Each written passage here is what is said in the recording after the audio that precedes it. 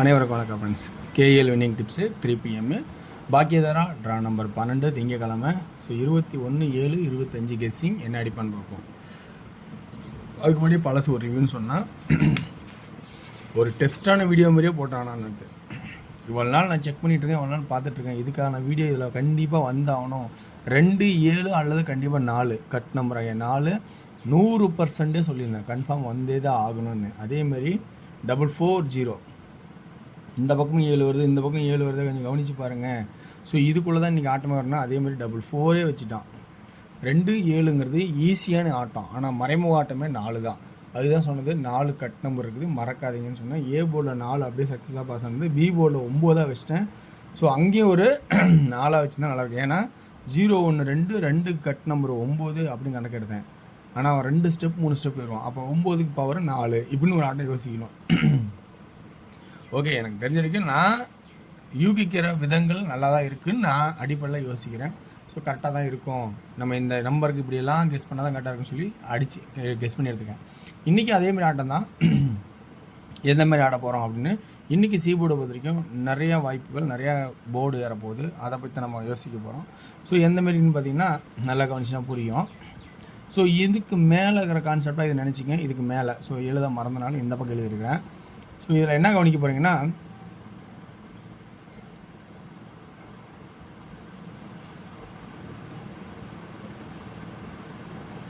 இந்த 140 இருக்குதுங்களா, அதை அப்படியே மைண்டில் வச்சுக்க. இந்த 140 கணக்கில் இருக்கணும்.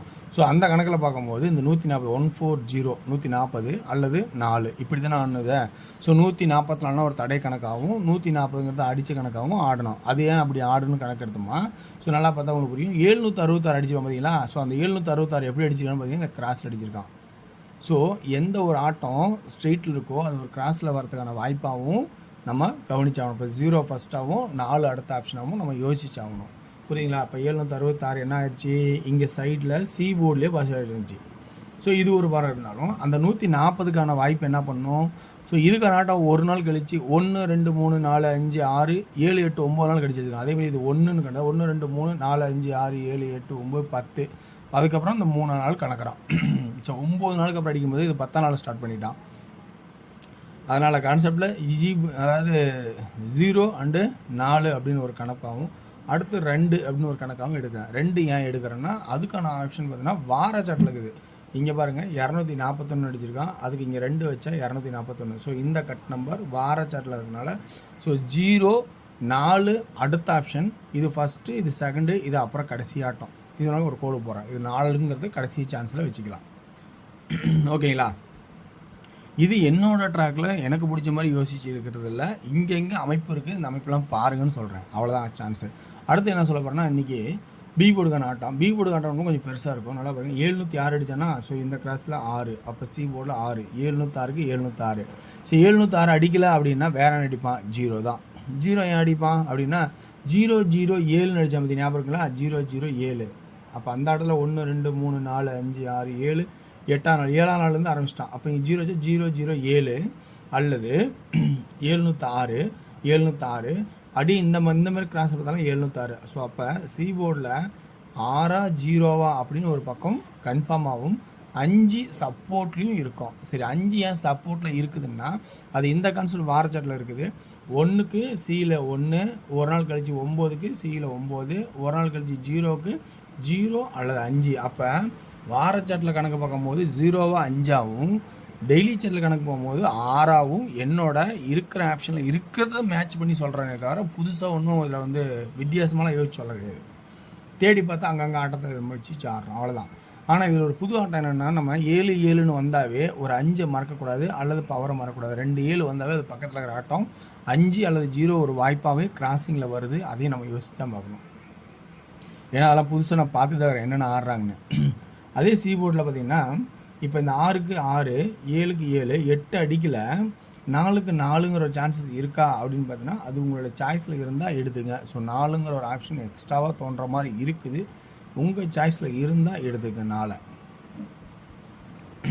இப்போ ஏ போர்டுக்கான ஆட்டத்தை பார்க்குறோம். ஏ போர்டு ஆட்டத்தில் பார்க்கும்போது என்னென்ன ஆட்டணுங்கிறத கவனித்து பார்த்தோம்னா ஸோ 6 7 8 9 அடிச்சிட்டான். இப்போ இது ஆடினா உள்ளே வந்து பார்த்தீங்கன்னா இதுக்குள்ளே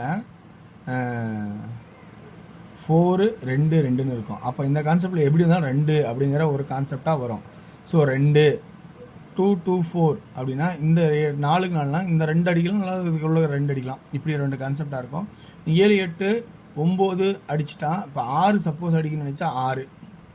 ஸோ இவ்வளோ கான்செப்ட் இருக்குது. இதுதான் என்னோடய கான்செப்டை அதிகபட்சமாக. ஸோ இன்றைக்கி ஆல் போர்டில் அடிக்க போகிறது 2 6 0 இதுக்குள்ளே தான் சுற்றுவாங்கிற என்னோடய கான்செப்டில் இருக்குது.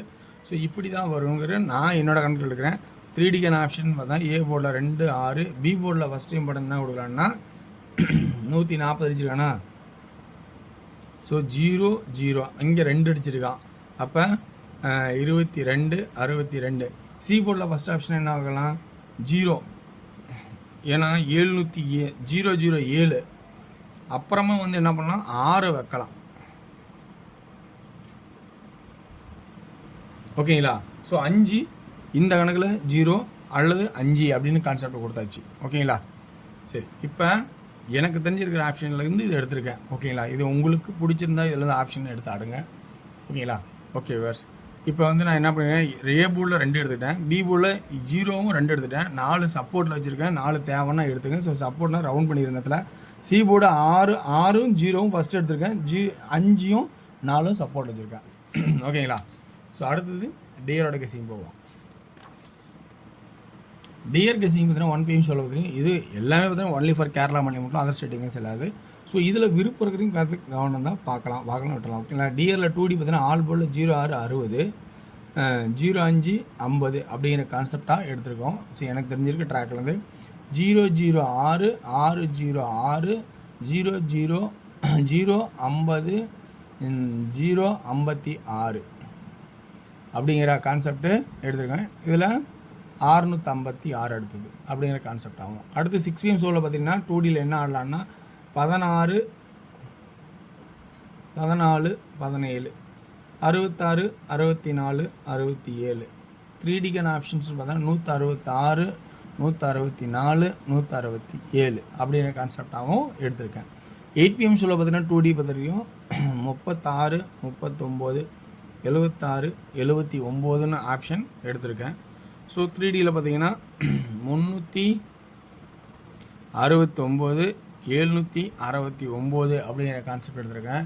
ஸோ இந்த கான்செப்டில் உங்களுக்கு பிடிச்சிருந்த பாயிண்ட்ஸ் மட்டும் வேணும்னா எடுத்துங்க, இல்லைனா உங்களோட சிந்தனையில் எப்படி இருக்கோ அதை முதல் ஆட்டத்துக்கு இம்பார்ட்டன்ட் கொடுங்க. இது சப்போர்ட்லையோடு வச்சுக்கிங்க, தப்பே கிடையாது.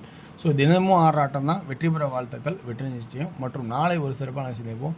நன்றி, வணக்கம்.